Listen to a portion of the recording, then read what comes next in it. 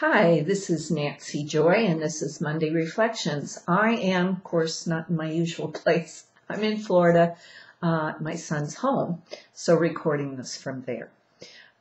This coming Saturday, we have yet another sky stellar event happening. Eclipses almost always come in twos and pairs, and a week ago Friday, we had that tremendous day with the equinox, the new moon, the solar eclipse, and also just before that, the final Uranus-Pluto square. So that was the solar eclipse. So the lunar eclipse, they're always on a full moon. That will be this Saturday, April 4th, in the United States. Anyway, you need to check the time where you are. A solar eclipse is always more powerful, more intense. A lunar eclipse is more just like the moon. It's more about emotions, more about feelings, where the solar one is an intensity of things in the mind and things you're creating and things that are happening. It's a different energy. And this particular solar eclipse, it will go, I think they said it'll be seen in North America. I'm not positive about that, but what I do know is that it's going to go completely, the shadow's going to go completely across the moon within 5 minutes. And that is very, very quick. And in fact, this is the shortest lunar eclipse of the 21st century. Now you can say you can make something out of it or make something out of nothing. But to me, the shadow going across so quickly as we move forward into our feelings and into the new space is significant. So I wanted to bring that up. And then this morning, while meditating on what I wanted to share with all of you, the thought came to me that this time is really about, this eclipse reflects it, and we mentioned it last week, is letting go of the past. I think we all find ourselves now in a very frustrating place.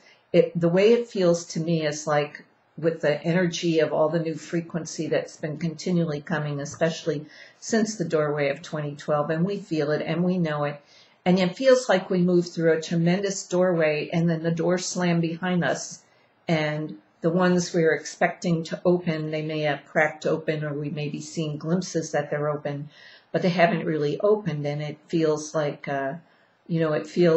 we are about now 3 or 4 months late delivering our new baby, something of that effect. And what came to me, and what I think is such a beautiful thing, is finding a chord of grace in this moment that is pregnant with possibilities and is open to future dreams, and yet there is an impatient energy behind it that's almost like a static that is extremely frustrating.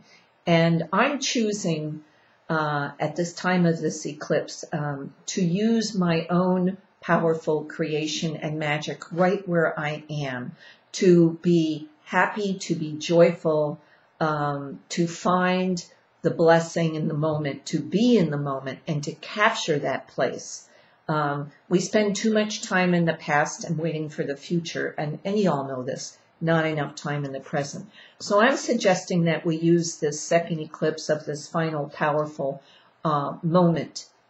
time, to really focus on our creations, our joy, and our compassion, to really focus on the feeling, on the energy. Call it an Ezekiel moment, if you will. But in these chaotic times, it can be quite an uncomfortable challenge, as I'm sure many of you have discovered. And so the message is loud and clear. Get comfortable with the uncomfortable. Find the joy in your life. Find the passion wherever you may find it, and live your life. Stop waiting. Keep dreaming. Stop waiting. And stop mulling over the past and all the past patterns that keep sucking you back.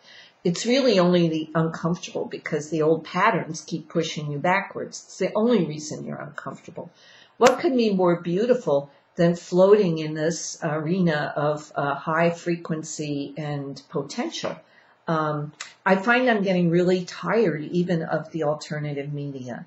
There's so much going on, and I hold only the best for all that is happening. I know it's the victory of the light. I know that everything we've wanted for our humanity, for our hearts, for our earth, for ourselves and our family is happening. It is happening.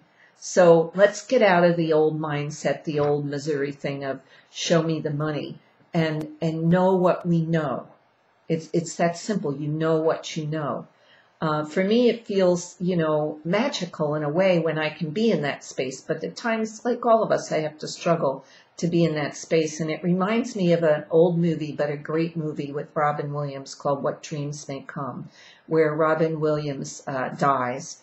And the first part of the dream is very uncomfortable because all his thoughts and his feelings are created instantly. And it's not fun. It's very uncomfortable until he realizes, you could call it hell almost if you wanted to, but until he realizes, I'm thinking these things. I'm just seeing the things I'm thinking.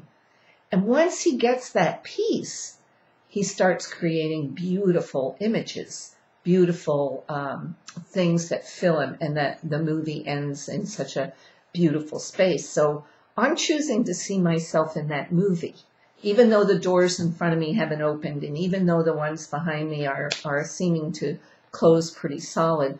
I am going to work on consciously allowing my thoughts and my feelings to create a beautiful landscape, and I encourage you to do the same, to ride this chord of grace I'm speaking of through these rather uncomfortable, uncertain times, and find your stability there.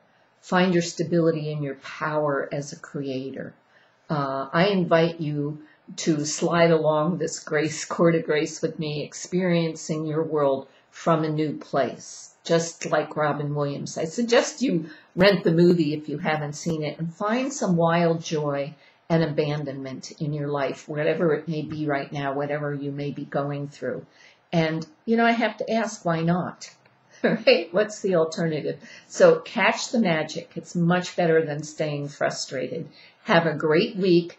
I didn't think I'd be with you this week. I probably definitely won't record a Reflections on Easter Sunday. So take care of who you are, and don't forget the free mini sessions. And happy Resurrection Day coming up. Bye-bye.